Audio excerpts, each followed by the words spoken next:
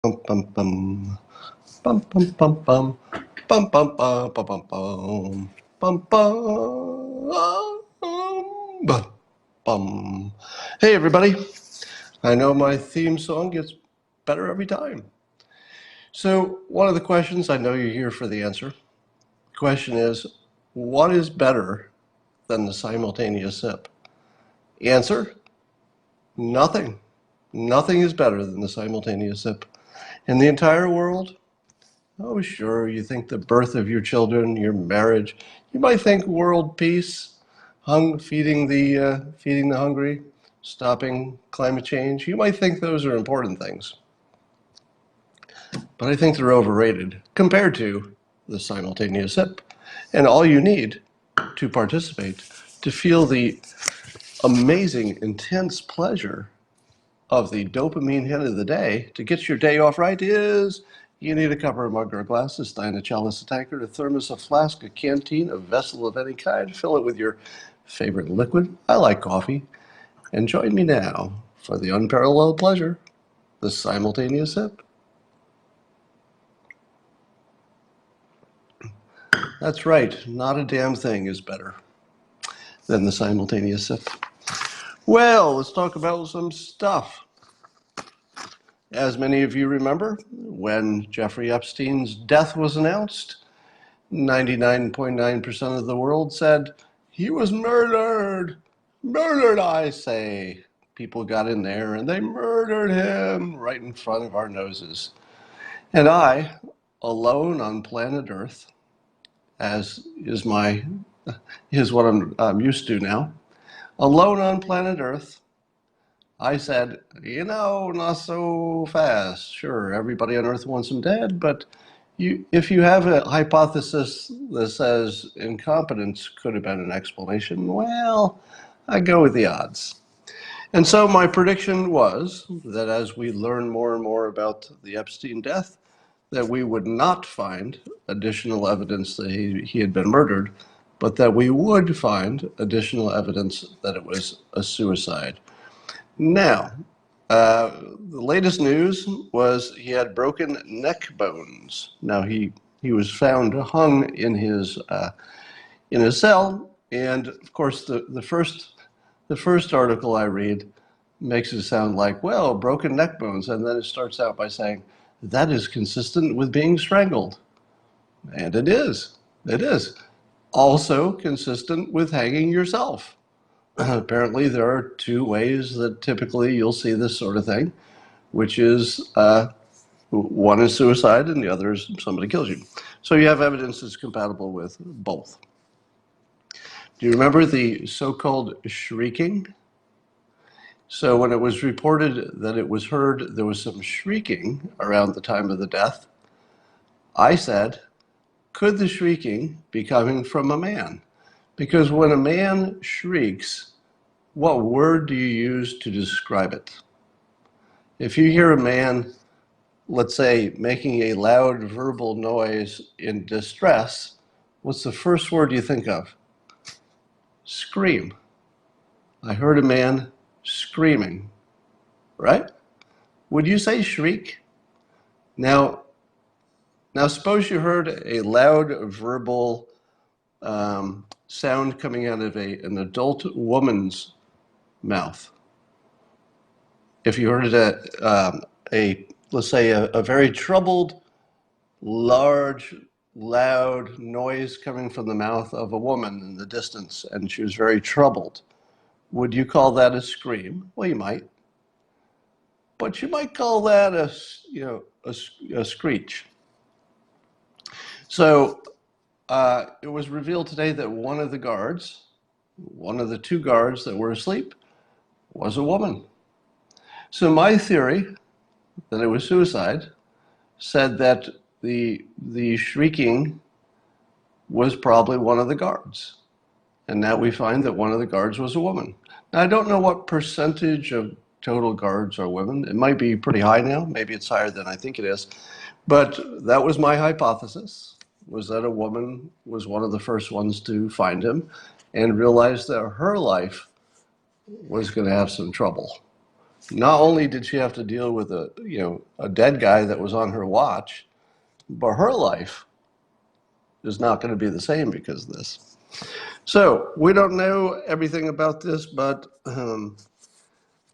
we do know that so far 100% of what we've heard is consistent with suicide, and it is now being reported as a presumed suicide.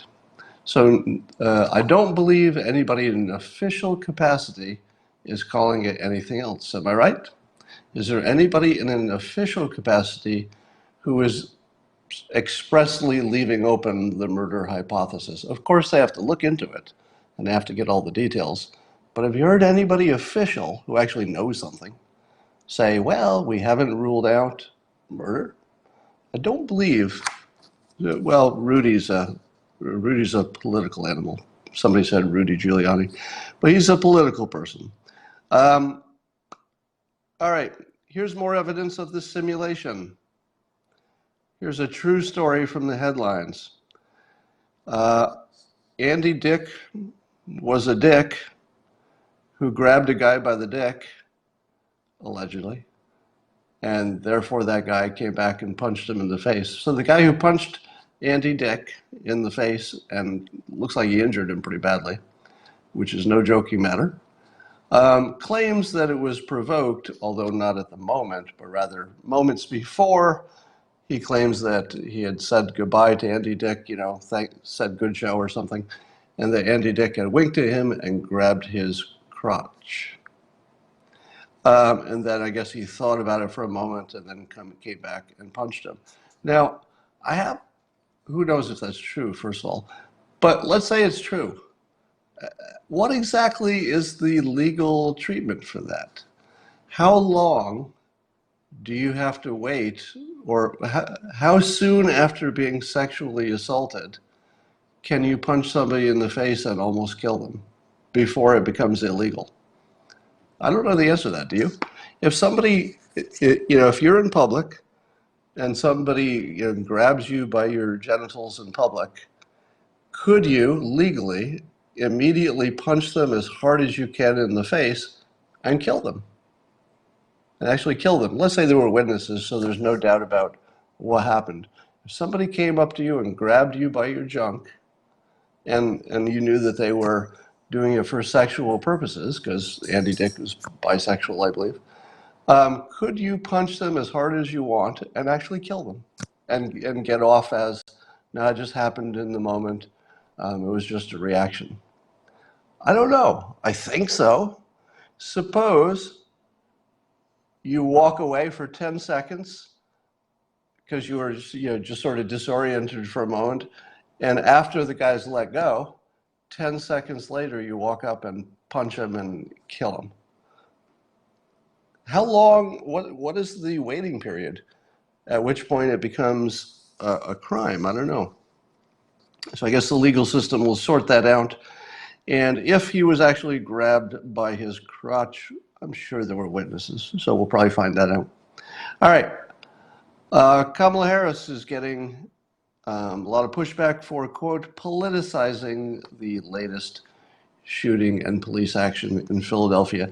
I don't like to talk about the mass shootings, so that's not what I'm going to do here. I'm just going to talk about the politicizing of it. All right, so apparently while the event was going on, Kamala was on TV. The word politicizing is sort of a general word, but I assume that she was using the event as a sort of a launch point to talk about, gun crime and why she should be president. What do you think about that? What do you think of Kamala Harris, quote, politicizing an event while it's happening and people are still in harm's way? What do you think about that? I'll look at your comments while they're going by. I'll tell you what I think about it while you're commenting. I'm 100% good with it. Not only am I okay with it, I approve of it. So I'm not even neutral. I approve. And I know you're going to hate me for it, right? I approve if she does it. I approve if President Trump does it. I approve if anybody does it. So long as the thing that they're promoting is something that legitimate people could think would be a solution. Now, I get your disgust, and I would agree with your disgust, if she were standing on the same block as the event. So you have sort of a visceral reaction to it, which is, ugh.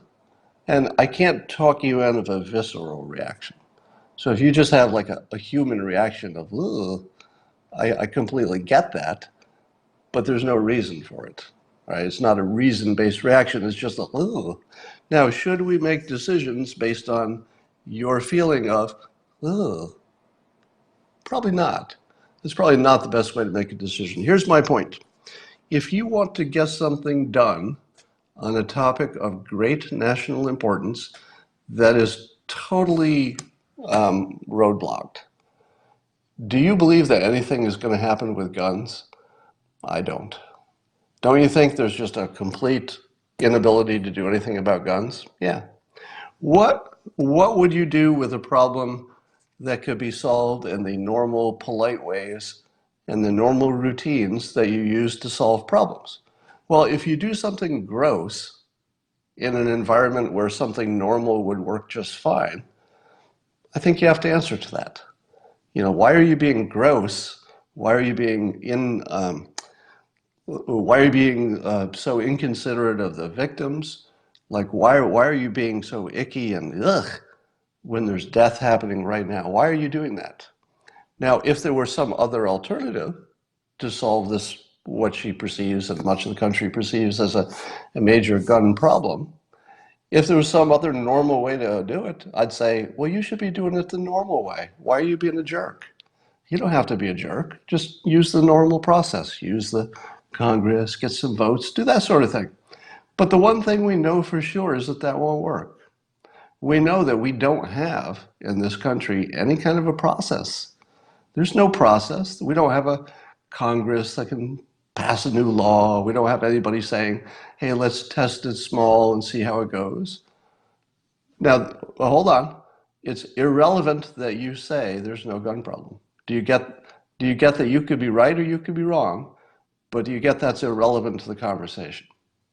What's relevant is the people involved have a genuine belief, even if they're wrong, a genuine belief that it's a big problem, and a genuine belief that they have some solutions.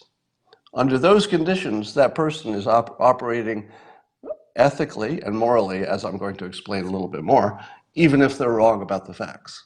So don't argue the facts. That's not the topic right now.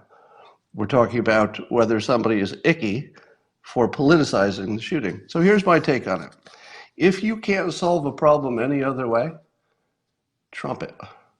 Trump it, meaning play it like Trump would. What would Trump do if he wanted to solve the gun problem? Because I don't think he does, honestly. It's just, I think on some level, if he could, wave a magic wand, something would happen and people wouldn't shoot at each other anymore. He'd do that. So he wants it solved in the magic way, clearly. But there's no evidence that this president is really, moving toward any kind of aggressive solution. If he were, what would it look like? What would it look like if President Trump wanted to solve the gun violence problem in this country? I'll tell you what it would look like. He would grab that box and he would shake it. He would just shake the heck out of it and see what, because the old box full of variables was getting us nowhere and would get us nowhere. So you got to shake the box and then see what's left. So, okay, shook the box. Now, how are the variables lined up? No, still no, shake it again. Still no, shake it again. It's a good process because if the variables you have don't work, you got to change the variables. So Kamala Harris comes in during the most politicizing, sensitive moment, and she comes in like a bulldozer and politicizes the frickin' thing. Good. Now here the assumption is that she genuinely believes that a solution needs to happen and that we can't get there with our normal process. Under those conditions, and I think those are reasonable assumptions, I do think most Democrats believe there's a real problem that with some real better government, we could make some progress. I think they really believe that. And I don't disagree with it at all. So I am 100% backing of Kamala Harris politicizing a shooting in progress. You know why? Because that's why we're talking about her. Do you know what the other cowards were doing? Waiting. Everybody else who's running against her for president looks like an idiot now. To me. I know not to you. To you, they look more awesome because they didn't, they didn't politicize it. I get that. But only one person shook the box that needed to be shook. She said, I'm going to go in there while this shooting's in progress. Screw this. I don't have to be polite anymore. I don't need to make you feel good. I don't need to make the other side feel good. All you people who are disgusted by it, don't care. I'm not going to make you feel good anymore. I'm not going to let people get gunned down in America because you can feel better that way. Just not going to do it. So Kamala Harris comes in here, shakes the box, and says, look at me. I just shook your damn box. Can we do something now? All right. Now, will anything positive come of it? Probably not. Probably not, because the gun thing is just so hard to fix. Probably it has to get a lot worse before anything's going to get better. But I'm 100% supportive of her politicizing the heck out of it, so long as it's honest. And it looks like it is. Shake the box, Kamala. All right. Have you all seen the disturbing / entertaining video of comedian Bill Hader doing imitations of Tom Cruise on, I guess, an old video of a Letterman interview? And while he's talking, his face morphs into Tom Cruise. And then when he talks like himself, it goes back. And then there's another video where he does the same thing with Arnold Schwarzenegger talking on another show. And he morphs into Arnold Schwarzenegger's face while he's doing an impression. And then when the impression ends, he goes back to his own face. And it's so seamless that you can't even see the technology happening. You're just blinking your eyes and you're going, what's happening? Wait, oh, that's Tom Cruise. That's Bill Hader. It is so freaky to see how seamlessly it happens. You can't detect the technology happening. He's just one person and then he's another person. And that tells you everything you need to know about what the next 10 years looks like. That's what we can do today. Right now, we can do that. We meaning people who can do that could do that. I can't do it. You can't do it, but people can do it. And so I ask you this. Suppose you wanted to build an AI that was very human-like. Suppose you took me and created a deep fake of me, specifically me because of this next fact. I have more public opinions on more topics than perhaps anybody in the world. I don't know if that's true, but let's put that out there and you can argue with me on it. But you'll agree that I'm among the most public opinionated people who ever lived. Public opinionated. Everybody has opinions, but I'm unique in that for 30 years I've been saying things in public.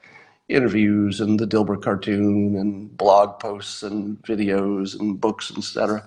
You could probably find opinions from me on just about every topic. Now, imagine you're building an AI, and the AI is going to be a reproduction of me, a deep fake of me, and you're going to have a conversation with it. And the deep fake really just deals with keywords. It's the simplest AI in the world. It just sort of operates on keywords. So you come up to the deep fake Scott and you say, "Hey Scott, blah blah blah blah. There's a big gun problem today in the news. Did you see it?" And my AI hears gun problem news. And so it starts saying the things that I always say about guns and the news. And it runs through something like what I just talked about with politicizing it. Maybe it says something about, trying it, A/B testing it in states. Maybe it says something about Congress can't get there. But there's a whole bunch of opinions that I would just start talking about. Now, would you be able to distinguish what my deep fake did, which is just recognizing your keywords, and then I just give my opinions? Would you know I wasn't real? Because if you came up to me in real life and said, blah, blah, blah, did you see the shooting on the news? What would I say? I'd probably say, yes or no, I saw it. But then I would give my opinion on the topic, and it would look exactly like my AI. Now, you might not be able to interrupt it and, as quickly interact with it as a real person, but almost immediately, if my AI just started saying what it felt based on keywords from any topic, it would be about 80% alive, at least in the way you perceive it. The last 20% is hard, but you would be 80% there with nothing but keywords and Google searches of things I've said before. Think about it. So that's how close we are to artificial reality. How many people have you ever had a conversation with in which the answers that you got from them did not seem to be human? In other words, no matter what you say, the thing they say doesn't seem to be related to what you said. Let me give you an example. Every time I talk to a Democrat about the fine people hoax, and I take them down what I call the hoax funnel, you would expect that a live human being, like a real person, an organic human, if they said, I have this belief X, and you said, oh, you are mistaken. Here's the transcript, here's the video. You can look for yourself. It's very compact. You can see this sentence that absolutely says the opposite of what you believe to be true. Okay, human being, now that you've seen evidence that is absolutely incontrovertible, you can look at it, you can verify it, and it's the opposite of what you believed. You'll change your mind now, right? No, nobody, not one person. Do you think organic human beings see information that counters their opinion and then change their mind? Never. And so if you were trying to build an AI that represented people, how would you build the AI to deal with new information that proved their old opinion was wrong? What would be the proper way to program that? If you programmed it to change its mind, I would instantly know it was a robot. If I went to somebody who was a Democrat someday in the future when we can't tell androids from real people, and I said, hey, the thing you've been saying about the fine people thing didn't happen. It's reported wrong. Here's the transcript.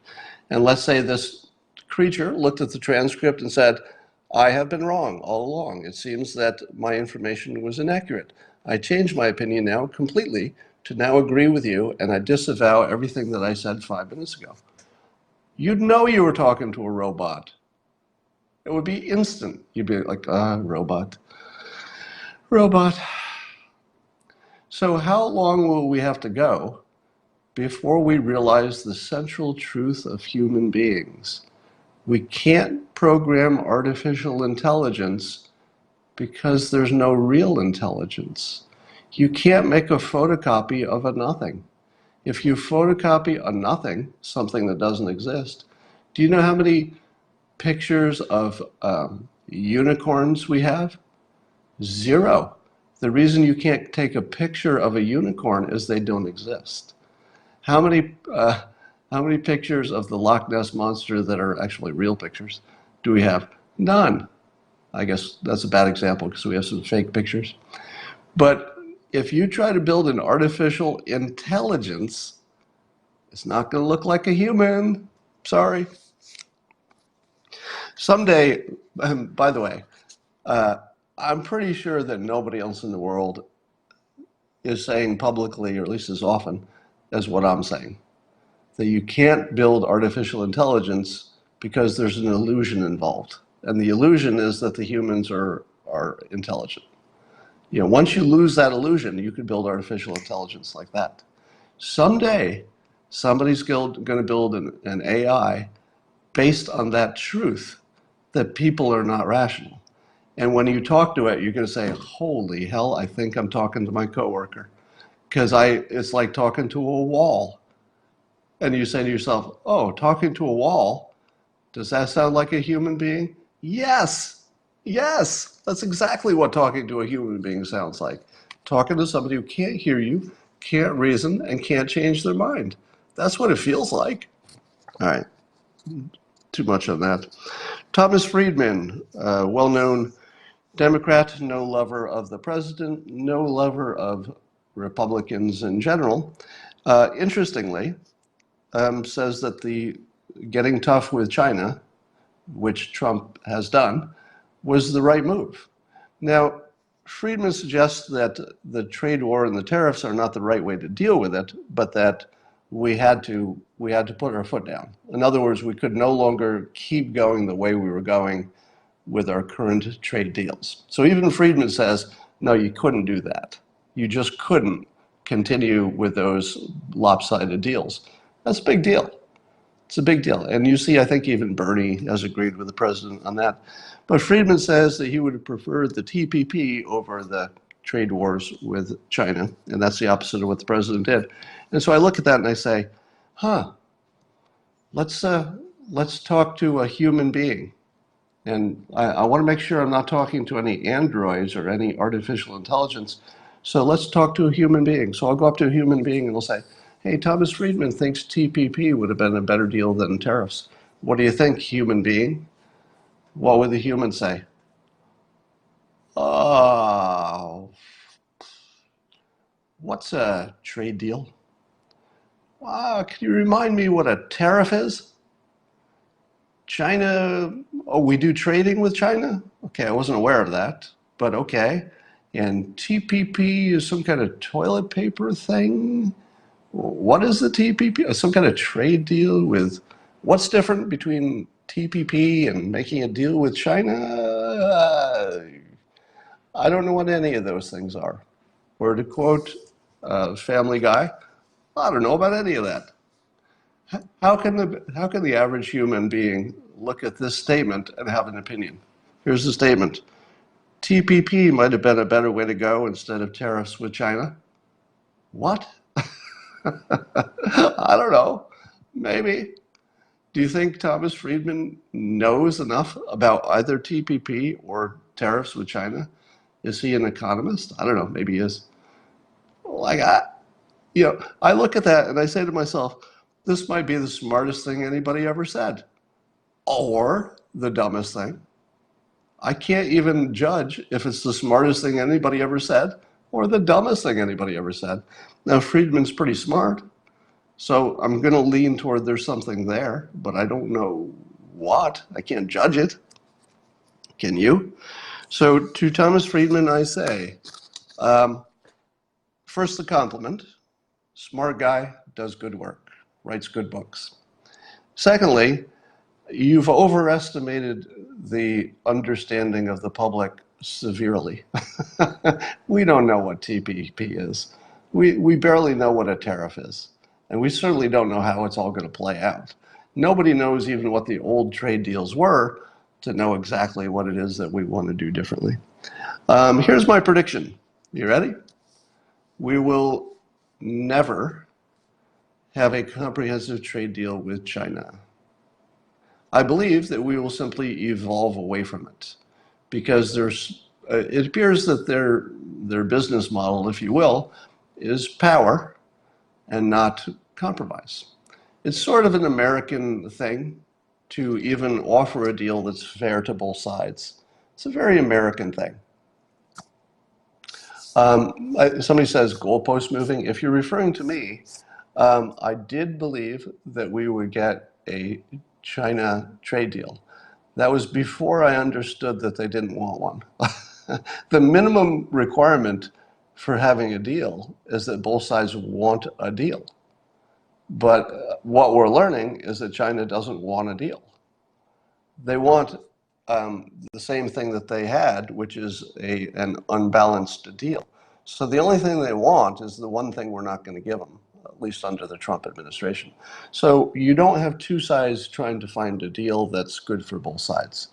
And as long as that's not happening, well, I wouldn't expect a deal if you don't have two sides trying to make a deal. Apparently, we just have two sides pretending to talk, but China doesn't want any kind of a deal that would be anything like fair. So I don't see that changing, and so therefore my prediction has changed. So my prediction has changed to I don't think we're ever going to have a comprehensive trade deal with China. I think we'll just tariff and adjust over time.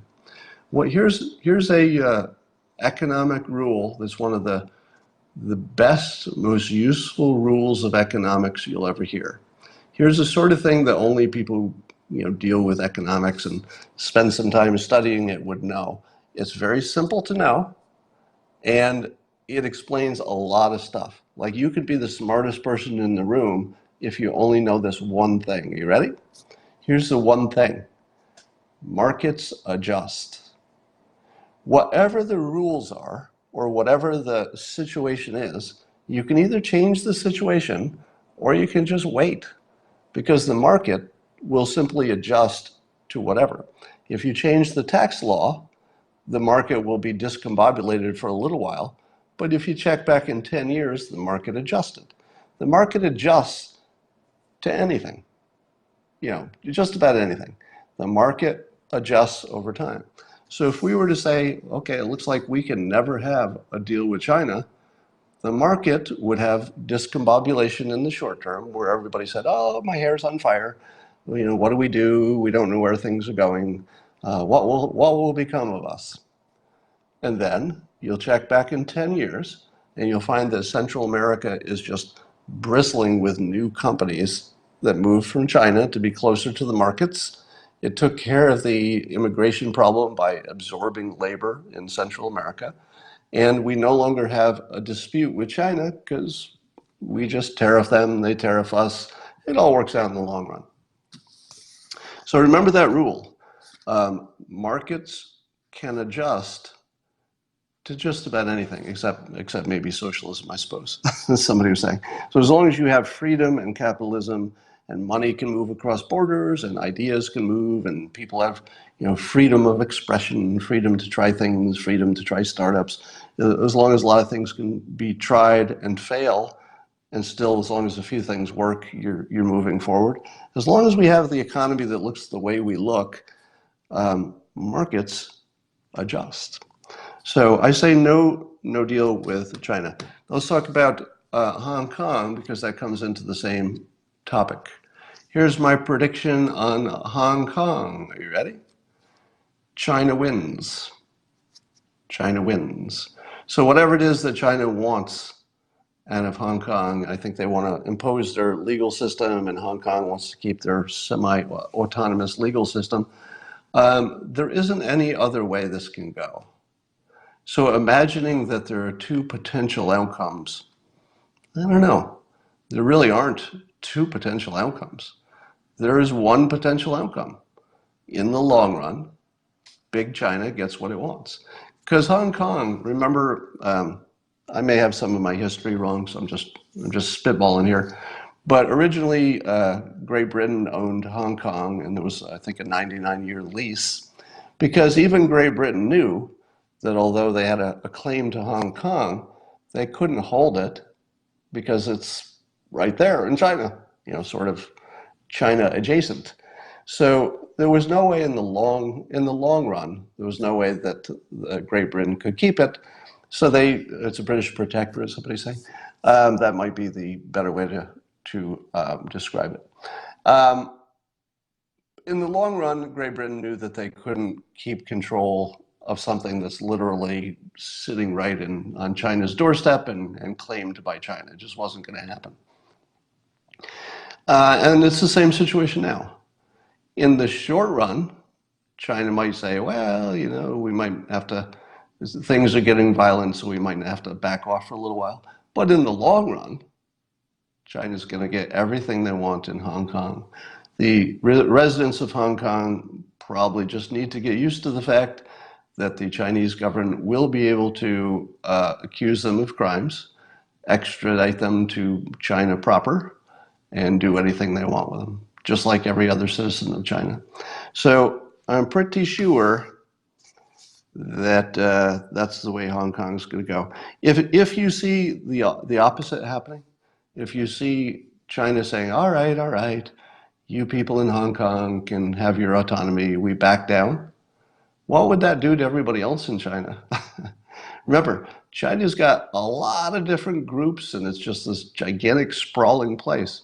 If they allow any part of their kingdom to successfully rebel, that's a problem because it makes everybody else say, hey, Hong Kong, look at what Hong Kong did.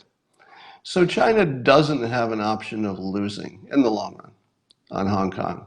So I say that I'm sorry for Hong Kong, but you are going to become China. I don't see any other way that goes. All right.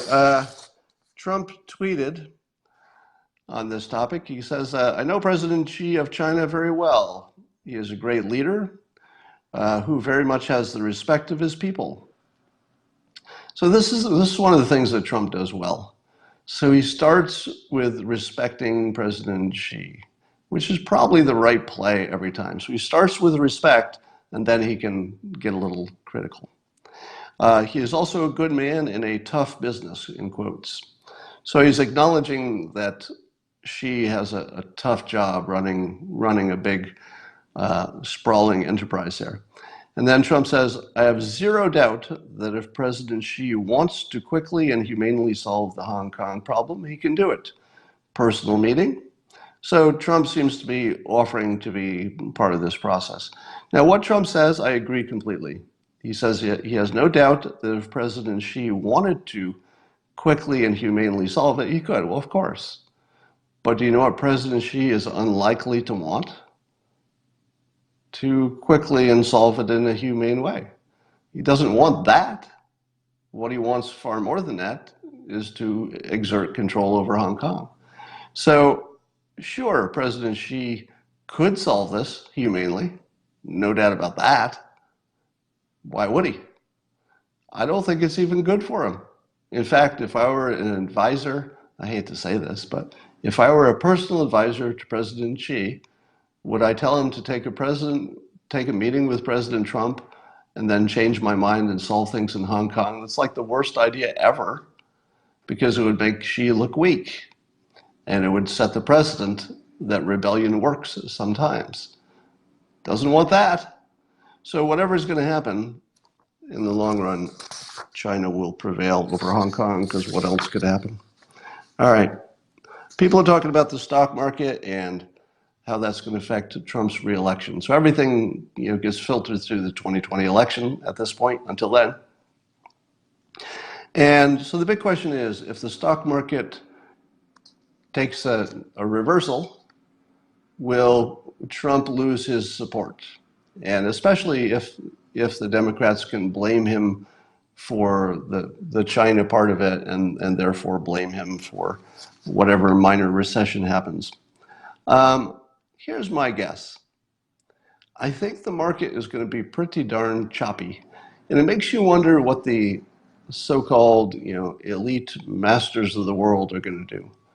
Because if you were a Democrat money person, wouldn't you want all the Democrats sort of collectively to sell their stocks right now? Because if the smart Democrats got out, that was a pretty good play. If the money people who are Democrats said, all right, wait until about this far before the election. You don't want to be too late. You don't want to be too soon. And just sell the crap out of the market. Because you'd be selling at a high. The market will go down because people will follow you because it looks like it's going down. So the panic selling will start. And then no matter who gets elected, if Trump gets elected, the market will go back up. If the alternative gets elected, whoever it is, the market will go back up. There are two possibilities. No matter who gets elected in 2020, the market's going to go up. So that's my prediction. No matter who gets elected, the market's going up. Assuming that the selling was political. And I believe the selling was political. That is, there are enough Democrats who hope for a recession that they're going to make it happen.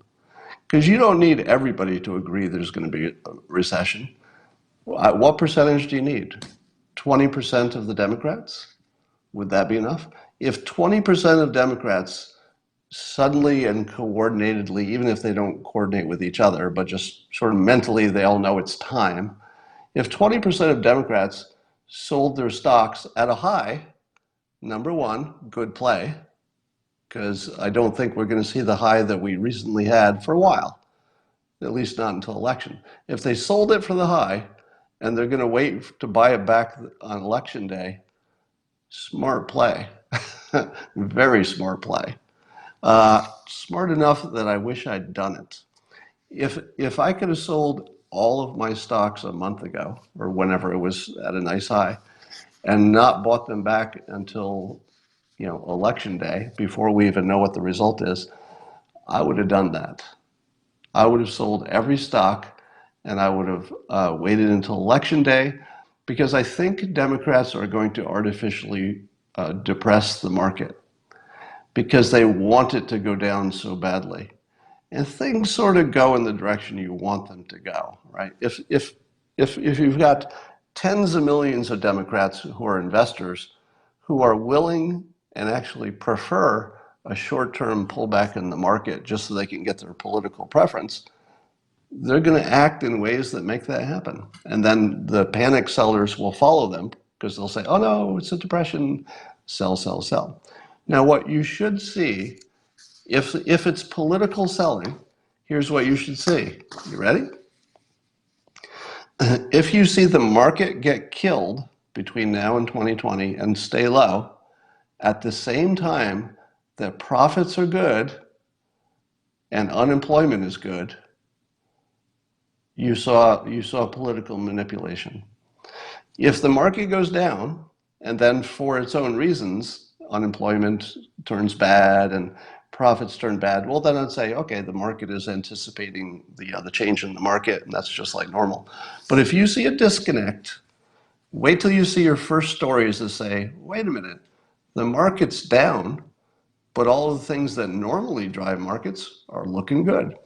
Now that yield curve, people are saying, hey, look at the bond market, that's signaling that stocks are going to go down and the economy is going down. Maybe it is, but maybe that's just the indication that people are getting out of stocks for political purposes. Because if you're moving your money out of stocks, it's going to go into bonds. And if it goes into the right kind of bonds, the price of the bond is bid up, which lowers the yield, which makes the yield curve invert. Aren't you glad I have a degree in economics to explain these things to you? So that signal that you read about that you don't really understand, most of you are not into economics. And when you read something in the news like, hey, the yield curve is inverted, that's a sign that the economy will go bad. How many of you even know what that means? How many of you watching this Periscope knows what the hell that means, that there's a yield curve inversion? Nobody, right? 1% of you. But what it means is people move their money from stocks into bonds, and because of supply and demand, it changes the nature of the bonds. So when you see the nature of the bonds price and interest rates moving like that and moving in a certain direction, it indicates bad things. But all it really indicates is people moved money out of bonds.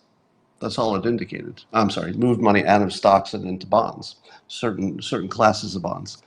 That could be just political manipulation, maybe not coordinated.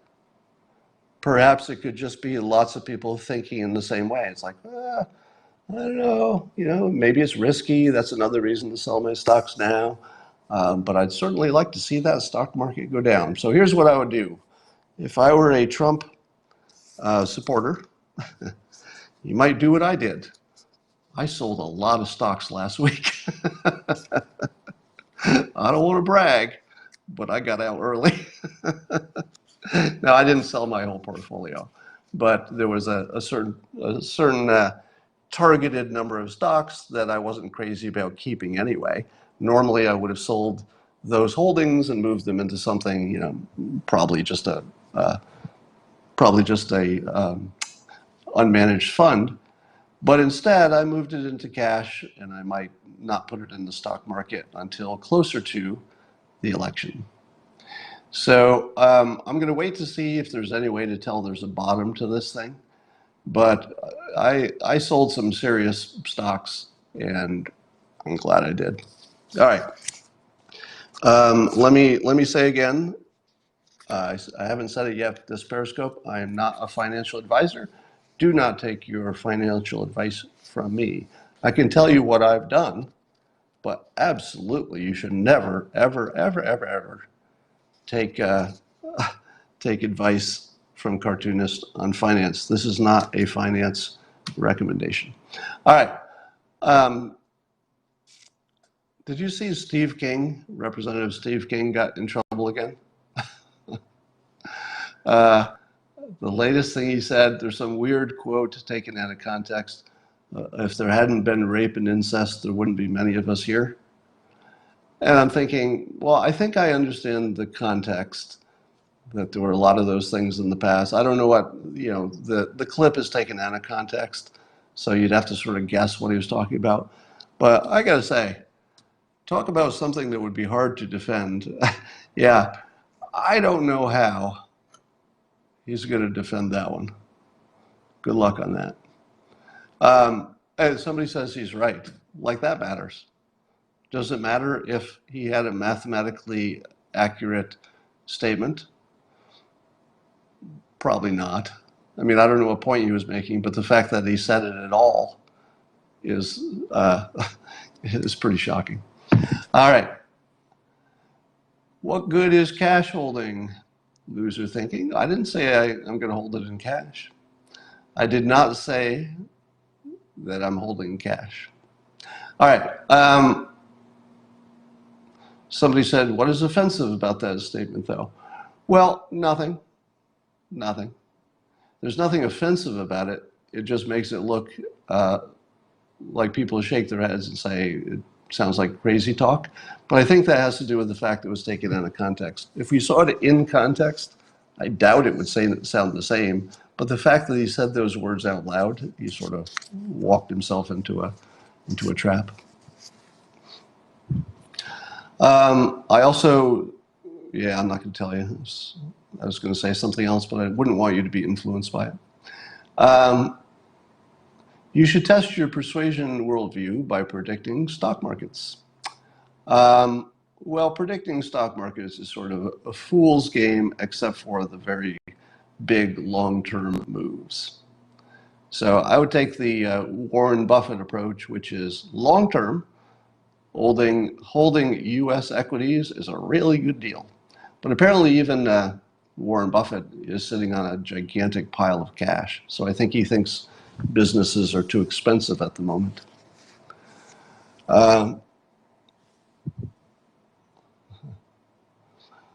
Could the Epstein guards have been drugged? Somebody asks.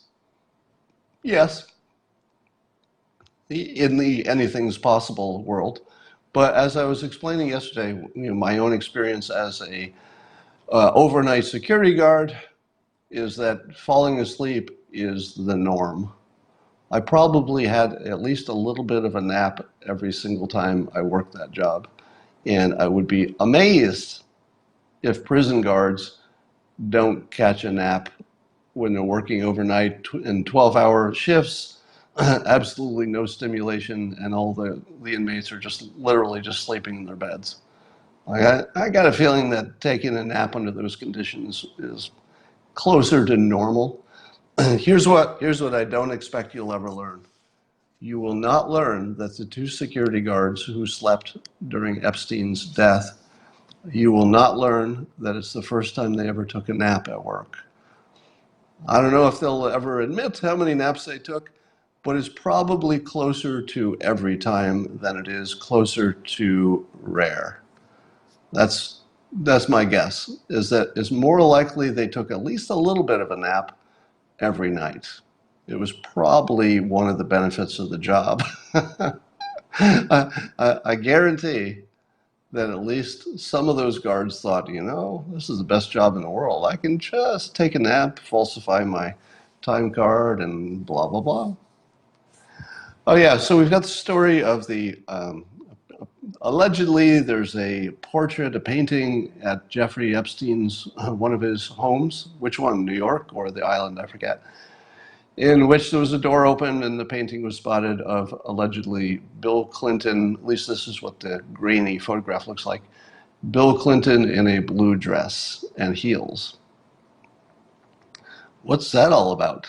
Now, my first guess, if I had to guess what's going on there, probably it was a gift, and probably it was a gift he didn't want that much, because it didn't look like it was hanging on a wall, right? It looked like it was just in a room propped up against on the floor, and the door was open and somebody saw it. So something tells me that it was a gift. And since he had pretty weird friends, you'd have to know what the person who gave the gift was thinking to have any opinion on it. So who knows what that means? I don't know if demonstrates what Epstein was thinking, or if it just demonstrates what the gift giver was thinking. And once he got it, he was like, well, what am I going to do with this? I can't throw it away. Yeah, I can't throw it away. I can't put it on the wall. What am I going to do with this? Maybe it was just for a joke. Now, somebody said that the blue dress is actually the same blue dress that Hillary wore for something. So it's actually Hillary's dress. It just happens to be blue. Then the red shoes, I don't know what the red shoes mean. Others are saying it's Lewinsky, but it doesn't seem to be the same style dress as Lewinsky was wearing. So do your own math on that. All right. Who knows what that's all about? I think we'll learn more and more about all this. I think it's amazing that the assistant to Epstein, Maxwell, I can't pronounce her first name, we don't know where she is. How hard would it be to hide in 2019 if you were a modern person in the modern world? See, it feels like it would be impossible to hide for long, because there's got to be something that gives you away. I mean, imagine, if you will, that law enforcement gets, let's say, court approval to wiretap all of the people that she's known to know. And then they just pick up every conversation. Ghislaine, yes, that's her first name. They pick up every conversation of the people who are even in the wide circle of people she's likely to ever call. And then they put a voice recognition thing on there.